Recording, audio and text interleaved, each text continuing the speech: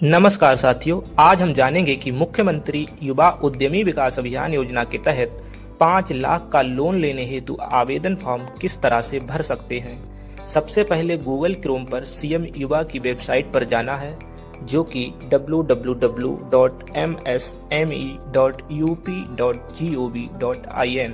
इस वेबसाइट पर जाने के बाद आपकी स्क्रीन पर एक पॉपअप आएगा, जिसमें आप स्क्रीन का ब्राउज़र डाउनलोड कर सकते हैं। अगर आप निशुल्क प्रोजेक्ट रिपोर्ट में सहायता चाहते हैं तो आप सीएम युवा हेल्प डेस्क से संपर्क कर सकते हैं। फॉर्म भरने के लिए सबसे पहले आपको लॉगिन पर क्लिक करना है, जहां पर आपको आवेदक लॉगिन का ऑप्शन दिखेगा। आप आवेदक लॉगिन पर जाएंगे, नवीन उपयोगकर्ता पंजीकरण का ऑप्शन दिखेगा। नवीन उपयोगकर्ता पंजीकरण पर जाते ही सबसे पहले आपको योजना का चयन करना है। योजना का चयन आप मुख्यमंत्री युवा उद्यमी विकास अभियान करेंगे। उसके बाद आप अपना आधार नंबर मेंशन करेंगे। आधार नंबर मेंशन करने के बाद आपको अपना आधार नंबर वैलिडेट करना है। वैलिडेट करते ही सक्सेस का मैसेज आएगा और टेक्स्ट मैसेज पर एक ओटीपी आएगा। ओटीपी मेंशन करने के बाद आपको वेरीफाई के बटन पर क्लिक करना है। वेरीफाई के बटन पर क्लिक करते ही आपका नाम, डेट ऑफ बर्थ, पिता का नाम ऑटोमेटिक यहाँ पर आ जाएगा। फिर आपको अपना मोबाइल नंबर यहाँ पर मेंशन करना है।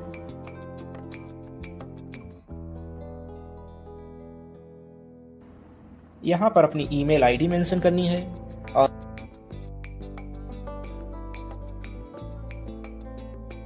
फिर आपको अपने जिले का चयन करना है।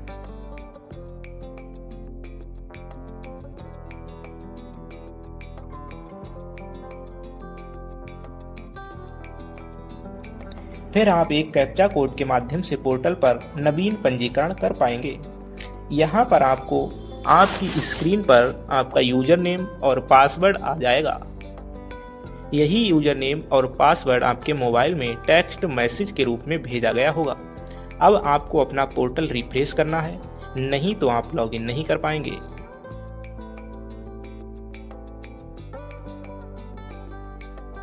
यहाँ पर सबसे पहले आपको अपना यूजर नेम मेंशन करना होगा और यहाँ पर अपना पासवर्ड मेंशन करके कैप्चा मेंशन करना है। कैप्चा मेंशन करने के बाद लॉगिन करें पर क्लिक करेंगे।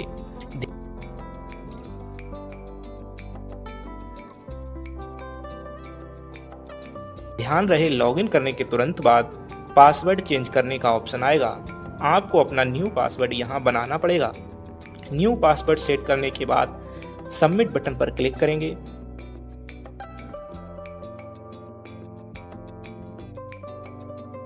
पासवर्ड चेंज करते ही आपको सक्सेसफुल का नोटिफिकेशन आएगा, जिस पर आपको ओके क्लिक करना है। ध्यान रहे, आपको वेबसाइट दोबारा रिफ्रेश करनी है। दोबारा रिफ्रेश किए बिना आप अपना प्रोसेस आगे नहीं बढ़ा सकते हैं। वेबसाइट रिफ्रेश करने के बाद आपको दोबारा अपनी यूजर आईडी मेंशन करनी है। यहाँ पर जो नया पासवर्ड आपने बनाया था वो नया पासवर्ड आप मेंशन करेंगे। उसके बाद कैप्चा कोड मेंशन करेंगे। कैप्चा मेंशन करने के बाद लॉगिन के बटन पर क्लिक करेंगे। लॉगिन पर क्लिक करते ही आपको एक ओटीपी आएगा। उस ओटीपी को यहाँ पर फिल कर देना है।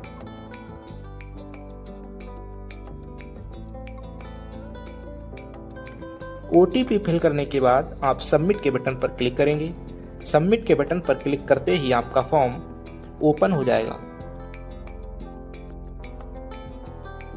फॉर्म को 3 स्टेप्स में भरा जाएगा। पहला व्यक्तिगत विवरण, दूसरा परियोजना का विवरण और तीसरा बैंक विवरण भरा जाएगा। अब व्यक्तिगत विवरण में जाति सिलेक्ट कर लीजिए, विशेष श्रेणी सिलेक्ट कर लीजिए। अब आप अपनी शैक्षिक योग्यता सिलेक्ट कीजिए। मतदाता पहचान पर यदि आपके पास हो तो फिल कर लीजिए, नहीं तो यह अनिवार्य नहीं है, आप इसे स्किप कर सकते हैं। यहाँ पैन कार्ड नंबर मेंशन करेंगे।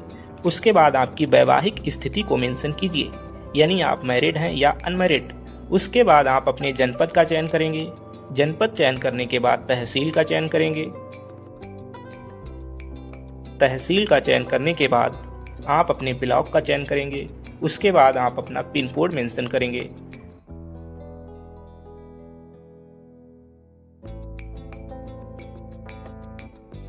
पिन कोड मेंशन करने के बाद यहाँ आप अपना पूरा स्थायी पता मेंशन करेंगे।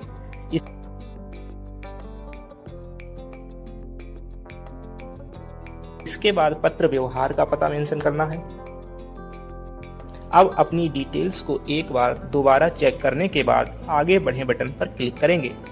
आगे बढ़े बटन पर क्लिक करने के बाद सबसे पहले चेक सिविल स्कोर का ऑप्शन आएगा, जिस पर क्लिक करके आप अपना सिविल स्कोर चेक कर सकते हैं। परियोजना के लिए आपका मिनिमम सिविल स्कोर 670 होना आवश्यक है, पर अगर आपने कभी कोई लोन नहीं लिया है तो आपका सिविल -1 होगा, जो कि इस स्कीम के लिए एलिजिबल है। उसके बाद आपको यहाँ पर कुछ विशेष जानकारी फिल करनी होगी, जैसे कि अगर आप उत्पाद करना चाहते हैं या सेवा, यानी कि आपको मैन्युफैक्चरिंग सेक्टर या फिर सर्विस सेक्टर में जो भी आप करना चाहें सिलेक्ट कर सकते हैं। यहाँ पर हमने सेवा यानी सर्विस सेक्टर को सिलेक्ट किया है और बिजनेस में फूड कार्ट का बिजनेस सिलेक्ट किया है। उसके बाद आप अपने परियोजना या इकाई का नाम यानी जो भी आप अपने व्यवसाय का नाम रखना चाहें, यहाँ पर वो नाम आप भर सकते हैं। एग्जाम्पल के तौर पर आप यहाँ पर अपना नाम डालने के बाद एंटरप्राइजेज या कुछ भी आगे लगाने के बाद फिल कर सकते हैं। उसके बाद आपका जो प्रस्तावित कार्य स्थल का पता होगा, यानी जहां पर आप अपना व्यवसाय स्टार्ट करना चाहते हैं, उस स्थान का एड्रेस यहां पर फिल करना पड़ेगा। उसके बाद उसकी तहसील, ब्लॉक और पिन कोड का चयन भी आपको दोबारा करना होगा। पिन कोड का चयन करने के बाद प्लांट या मशीनरी उपकरण यानी जो भी इक्विपमेंट की लागत आ रही है, वो लागत आपको यहाँ पर दिखानी होगी। याद रहे ये लोन 5 लाख रुपए तक की राशि का मिलता है, तो जो भी आपका प्लांट या मशीनरी कॉस्ट आ रहा है या वर्किंग कैपिटल का कॉस्ट, वह उस 5 लाख रुपए के अमाउंट के अंदर ही आना चाहिए। यह परियोजना लागत की फंडिंग 5 लाख तक ही मिलेगी। यहाँ पर प्लांट, मशीनरी, इक्विपमेंट और वर्किंग कैपिटल कॉस्ट सेलेक्ट करने के बाद आप कुल योग देख सकते हैं, 5 लाख ऑटोमेटिकली आ चुका है। अब अगर आपके पास ईडीपी या कौशल विकास का कोई भी प्रमाण पत्र है तो वो प्रमाण पत्र भी आप यहाँ पर भर सकते हैं, और अगर आपके पास कौशल विकास का कोई भी प्रमाण पत्र नहीं है तो भी आप फॉर्म में आगे बढ़े पर क्लिक कर सकते हैं, यानी आप इसे स्किप कर सकते हैं। अब नेक्स्ट स्टेप है बैंक विवरण। बैंक के विवरण के लिए आपके बैंक का नाम, जिस भी बैंक में आपका खाता हो, बैंक का IFSC कोड, निकटतम शाखा जो भी हो, शाखा का पता ऑटोमेटिकली यहाँ पर सिलेक्ट हो जाएगा।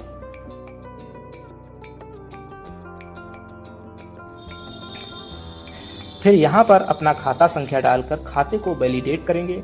वैलिडेट होने के बाद अगर आपके खाते में कोई जमा धनराशि है तो उस जमा धनराशि को यहाँ पर आप मेंशन कर सकते हैं।